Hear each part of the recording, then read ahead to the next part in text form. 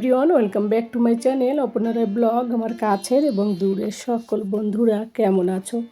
আশা করি তোমরা যে যেখান থেকে দেশে এবং দেশের বাইরে যেখান থেকে এই ভিডিওটি দেখছো সকলে ভালো আছো এবং সুস্থ আছো।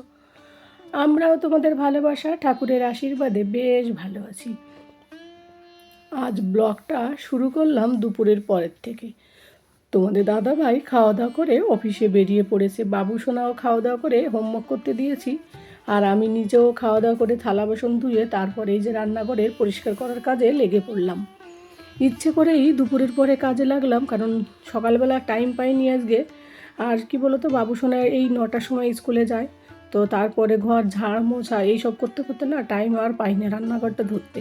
তো আজ ভাবলাম যে খাওয়া দাওয়া করার পর বসে না থেকে কাজ করলে খাবারটাও বেশ হজম হবে আর বেশ ঠান্ডাও লাগবে না। নইলে কী হয় বলো তো, একবার দুপুরে লাঞ্চ করার পর যদি ব্ল্যাঙ্কেটের মধ্যে যাওয়া যায় না, তাহলে আর বেরোতে ইচ্ছা করে না। তাই আলসেমি না করে রান্নাঘরটাকে পরিষ্কার করতে লেগে পড়লাম। অনেক দিন ধরে ভেবেছি উপরের এইগুলো বের করব, মানে ডাব্বাগুলো সব কিছু তুলে, র্যাকগুলো তুলে নিচে নামিয়ে তারপরে পরিষ্কার করব প্রত্যেকটা ডাব্বা। আর এগুলো পরিষ্কার করতে অনেক টাইমও লাগবে যদিও, তো দুপুর থেকে সন্ধ্যা অবধি ভেবে নিয়েছি এতটা তো টাইম লাগবে, তাই না? উপরে যে কাপ পেপারগুলো দিয়েছি সেইগুলো বের করে তারপরে ডাব্বাগুলো বের করে স্কচব্রাইট দিয়ে সমস্ত ডাব্বাগুলো আবার পরিষ্কার করেছি, একটু যেটা যেটা নোংরা বেশি হয়েছে আর কি। আর বাকি যেটা কম নোংরা হয়েছে সেগুলো একটু হালকা ন্যাকড়া দিয়ে মুছে নিয়েছি। তো এই সাইডটা আগে ধরেছি। এই সাইডটা কেন বলো তো, গ্যাসের সাইড, তো গ্যাসে যে সাইডে রান্নাবান্না হয় এই সাইডটা একটু বেশি নোংরা, তার জন্য এই সাইডটা করেছি। আর উপর নিচে একটা টুল দিয়ে তারপর দাঁড়িয়ে করছি, কারণ অনেকটা উঁচু তো হাতের নাগালে মানে ভালো করে দেখতে পাওয়া যাবে না, তার জন্য একটা টুলের পর দাঁড়িয়ে ভালো করে পরিষ্কার করে নিচ্ছে এক এক সাইড করে। আর কি বলো তো, এর আগের দিন যেদিন পরিষ্কার করেছিলাম সেদিন তোমাদের দাদাভাই ছিল ঘরে, ও অনেকটা হেল্প করেছিল। হেল্প বলতে উপরের থেকে ওই জিনিসগুলো তুলে দিয়েছিল, আমি নিচে নেমে দিয়েছিলাম, মানে নামিয়ে দিয়েছিলাম, নামিয়ে দিয়ে তারপর পরিষ্কার করতে বেশ সুবিধা হয়েছিলো। কিন্তু আজকে সম্পূর্ণ কাজটা একদম একা করব। তো বন্ধুরা সঙ্গে থাকো, পাশে থাকো, দেখতে থাকো। আশা করি আজকের আমার কিচেন ক্লিনিং ব্লগ ভিডিওটিও তোমাদের ভালো লাগবে। আর কিচেন ক্লিনিংয়ের যে আইডিয়াটা যেভাবে আমি সাজিয়ে গুছিয়ে রেখেছি সেটাও কেমন লাগলো ভিডিওটা দেখার শেষে একেবারে একটা লাইক করে এবং একটা কমেন্ট করে অবশ্যই জানাতে ভুলো না।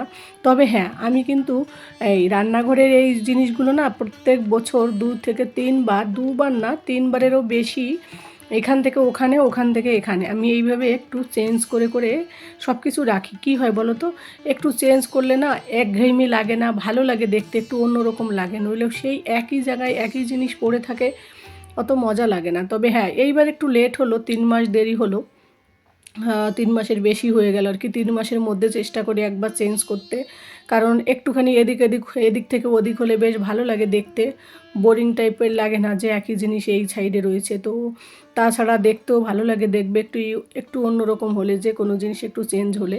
তো সেই জন্য আমি একটু চেষ্টা করি নিজেকে খুশি রাখার জন্য, রান্নাঘরে এসে যাতে আমার রান্নাবান্না যে কোনো কাজ করতে বেশ আনন্দ লাগে, ফুর্তি লাগে। আর সেই আনন্দ নিয়ে যেন আমি সব কাজ করতে পারি, তার জন্য চেষ্টা করি সব সময় রান্নাঘরটাকে একটু অন্যরকমভাবে রাখতে। আর আমার কিন্তু রান্নাঘর ভীষণ একটা প্রিয় জায়গা, শুধু আমার না, আমার মনে হয় আমাদের সমস্ত হাউস ওয়াইফদেরই একটা প্রিয় জায়গা। তো বন্ধুরা কথা বলতে বলতে দেখো এই সাইডগুলো পরিষ্কার করেছি।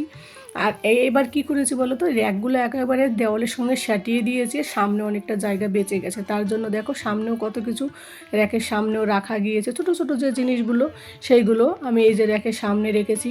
যেহেতু আর দেওয়ালের পিছনে অনেকটা জায়গা নষ্ট হতো, সেই জায়গাটা আমার বেঁচে গেল, তো বেশ সুবিধা হলো। আর এই যে চিংড়ি মাছগুলো তোমাদের দেখিয়েছিলাম, তোমাদের দাদাভাই এনেছিল শুকনো চিংড়ি মাছগুলো, সেইগুলো এই যে রেখে দিয়েছি, বেশ বড় বড় চিংড়ি। এই দিন আবার এনেছে অনেকগুলো বড় বড়। তো এইগুলো, তারপর এই যে আমি যে মাল্টিগ্রেন রুটিগুলো খাই অল্প অল্প করে নিয়ে আসি, সেইগুলো রেখে দিয়েছি সামনের পর, যেগুলো সবসময় দরকার সেইগুলো একটু সামনে রেখেছি, বাকিগুলো একটু ভিতরের দিকে। তো এইভাবে এই সাইডে যত ডাব্বাগুলো আছে এগুলো একদম দেওয়াল সাটিয়ে রেখেছি, তো পরিষ্কার করেছি, দেখো কত সুন্দর লাগছে দেখতে। নিচের পেপারগুলো পুরো নতুন করে চেঞ্জ করে দিয়েছি। আর আগে সব কিছু সামনের দিকে এগোনো থাকতো, তো আর জায়গাটা একটু কম ছিল, এখন মনে হচ্ছে অনেকটা জায়গা অনেক কিছু রাখতে পেরেছে, দেখতেও বেশ সুন্দর লাগছে দেখতে। আর এই দিকে স্ট্যান্ডটা রেখেছি, আর ওই উপরের যে লাল যে র্যাকটা ছিল সেটা নিচে তুলে দিয়েছি আমি। শিলপাটাটাও এখানটায় রেখেছি, কারণ শিলনোড়ায় দেখবে রান্নাবান্না বেশ সুন্দর হয় খেতে। আর এই দিকে নিচে বাকি জিনিসগুলো তোমাদের দেখাচ্ছি, দাঁড়াও আগে উপরেগুলো একটু ভালো করে তোমাদের সঙ্গে একটু শেয়ার করি। তো দেখো কাপ স্ট্যান্ডটা এখানটা রেখেছি, ছোটো ছোটো যে প্লেটগুলো সবসময় দরকার হয় টিফিন খেতে এটা ওটা করতে, সেইগুলো ওই সাইডে রেখেছি। এই যে ফলগুলো কিছু আঙুর এনেছিলো তোমাদের দাদাভাই, আমলকি, কুল, এইগুলো ধুয়ে পরিষ্কার করে রেখেছি। এবার এরপরে জলটা ঝরে যাওয়ার পর তারপর আস্তে আস্তে করে ঢেকে রেখে দেবো। তো এখানটায় কিন্তু ওই লাল র্যাকটা ছিল কেমন একটা কি বলবো, একটা জঙ্গল টাইপের লাগতো দেখতে। তো ওইটা এখানটায় থেকে হাঁটানোর পরে বেশ অনেকটা খোলামেলা লাগলো, আর একটু পরিষ্কার পরিষ্কার মনে হচ্ছিলো আর কি, খোলামেলা থাকলে যা হয় আর কি।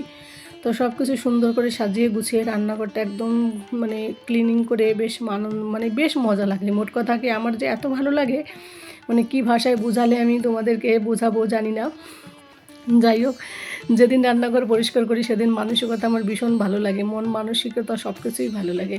আর তোমাদেরকে দেখাতে তো আরও ভীষণ ভীষণ ভালো লাগে।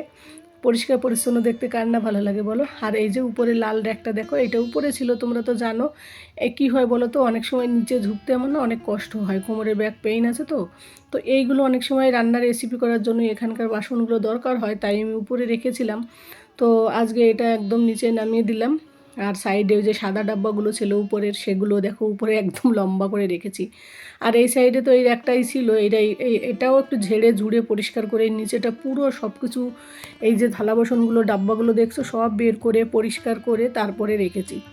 আমি কিন্তু এখানটায় কাজে লেগেছি সেই 2টো থেকে পুরো 5টা অবধি একভাবে এই কাজ চলছে। তোমাদের দাদাভাই চলে গেল অফিস থেকে, আবার চলে এসে আবার দেখছে আমি এগুলো করছি। তো ও আসার পরে ও দেখছে শেষ হয়নি আমার কাজগুলো এখনও। তো আমি বলছি দেখো তোমরা হয়তো ভাবো আমরা বসে থাকি, কিন্তু আমরা কিন্তু হাউস ওয়াইফরা বসে থাকি না, কাজ করলে আমাদের কাজের একেবারে শেষ হয় না। র্যাক দুটো দেখো এক জায়গায় রেখেছি, আর ওই পোপার ওই সাইডে বাকি চালের ডাব্বাটা, আটার ডাব্বাটা ওই সাইডে রেখেছি। তাহলে এই সামনের দিকটা কি বলো তো, সোফা থেকে তাকালে দেখা যায় তো, একটু খোলামেলা থাকলে বেশ ভালো লাগে, ওই জন্য ওই সামনাসামনি পুরো ফাঁকা রেখেছি। আর এই সাইডে সব কিছু রেখেছি, এই সাইডে অতটা বোঝা যায় না।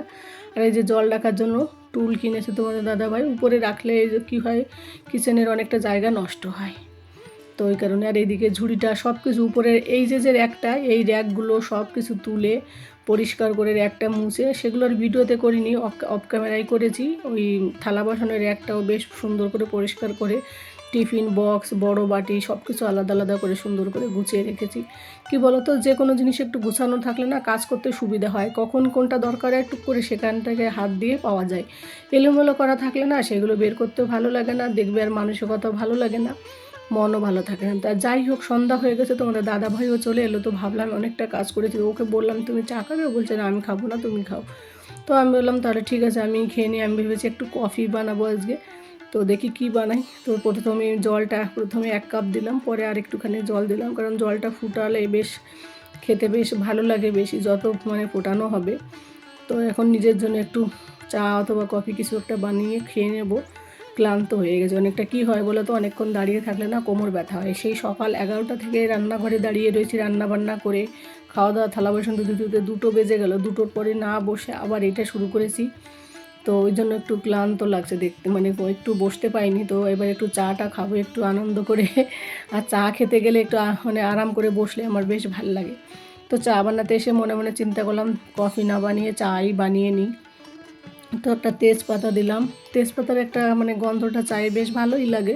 তো মাঝে মাঝে ওই জন্য আমি তেজপাতা অথবা আদা কিছু না কিছু একটা দিই। তারপরে যে দুধ পাউডার, আর এই দুধের পাউডারের চা আমার কাছে তো ভীষণ ফেভারেট। তো ওই জন্য এই দুধ পাউডারটা একটু বেশি দিই, তাহলে কী হয় বলো তো, আর হ্যাঁ দেওয়া লাগে না, গুড় দেওয়া অথবা চিনি দেওয়া লাগে না। আর এমনি আমি মিষ্টি খেতে পছন্দ করি, ডায়েট বলে বড় কথা না, ডায়েট তো আর করি না, আমরা ব্লগ দেখে তোমরা বুঝতে পেরেছো ব্লগে অনেকটা হেলদি হয়ে গেছি।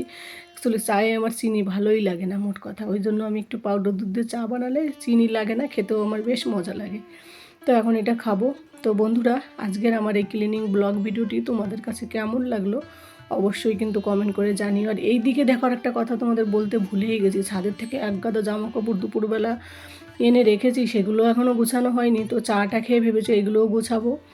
আর এইদিকে রসুনের কিছু আচার রয়েছে, এই আচারটা একটু গরম করে ভেবেছি রেখে দেবো, কারণ নষ্ট হয়ে যাবে, অনেক দিন ধরে ফ্রিজে রয়েছে তো। আর আমার চাটাও কথা বলতে বলতে তোমাদের সঙ্গে চাটাও কমপ্লিট হয়ে এলো, এবার আমি চাটা এনজয় করে খেয়ে নিই। তো বন্ধুরা, কে কোথা থেকে আমার ব্লগ ভিডিওটি দেখছো অবশ্যই কমেন্ট করে জানিও। তোমাদের একটা মিষ্টি কমেন্ট, একটা লাইক আমাকে কিন্তু পরবর্তী ভিডিও বানাতে ভীষণ ভীষণ উৎসাহিত করে। আর তোমাদের কমেন্টগুলো পড়তেও বেশ ভালো লাগে। তো আমার চাটা কেমন হলো আর রান্নাঘরের গোছানোর আইডিয়াটা কেমন হলো অবশ্যই জানিও। যে যেখান থেকে দেখছো সকলে ভালো থাকো, সুস্থ থাকো এবং সাবধানে থাকো। দেখা হবে কিন্তু তোমাদের সঙ্গে অবশ্যই অবশ্যই পরবর্তী ভিডিওতে। আর এই দিকে দেখো সুপাই বসে ব্ল্যাঙ্কেটের মধ্যে পা ঢেকে রেখে চা খাচ্ছে। তোমাদের দাদা ভাই আর বাবু সোনা পড়তে বসেছে।